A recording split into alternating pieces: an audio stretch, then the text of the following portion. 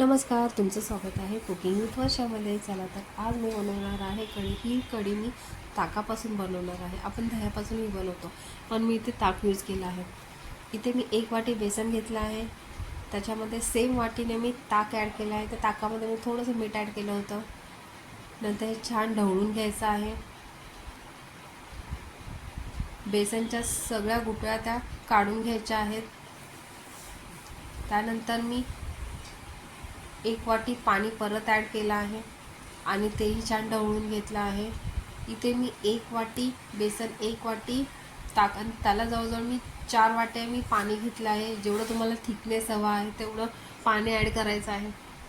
नंतर इथे मी कढई चढवली आहे. कढईमध्ये 1 डाव तेल टाकलं आहे. त्याच्यामध्ये मी 1 टेबलस्पून मोहरी टाकली आहे. ती छान तडतडल्यानंतर 1 टेबलस्पून त्याच्यामध्ये जिरा ॲड केला आहे. तेही चांगलं भाजून घेतलं आहे. त्यानंतर इथे मी 7 ते 8 कढीपत्त्याची पानं ॲड केली आहेत. तीही छान भाजून घ्यायची आहेत. त्यानंतर इथे मी 7-8 लसणाच्या बारीक चिरलेला लसूण ॲड केला आहे.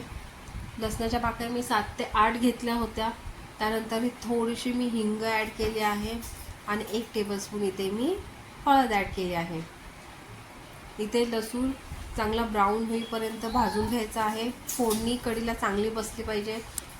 त्यानंतर 2 मिनटं ही फोडणी तशीच ठेवायची आहे. हिंग आणि लसणाची फोडणी छान बसल्यानंतर कढी खूप सुंदर लागते. इथे 1 मोठा टेबलस्पून मी लाल तिखट ॲड केला आहे आणि ते छान भाजून घेतलं आहे. त्यानंतर जे आपण बॅटर बाजूला ठेवलेलं होतं, बेसन, ताक आणि पाणी, ते हळूहळू ॲड केलं आहे. त्याच्यामध्ये तुपामध्ये जे खाली चिकटलेलं बेसन होतं त्याच्यामध्ये थोडंसं पाणी ॲड केलं आहे. तेही चांगलं ढवळून कढईमध्ये ॲड केलं आहे. इथे तुम्हाला थिकनेस ॲडजस्ट करायचा आहे कढीचा. तुम्हाला जेवढं थिक हवं कढी तेवढं पाणी ॲड करायचं आहे. तेवढं थिकनेस ॲड केला आहे. नंतर ही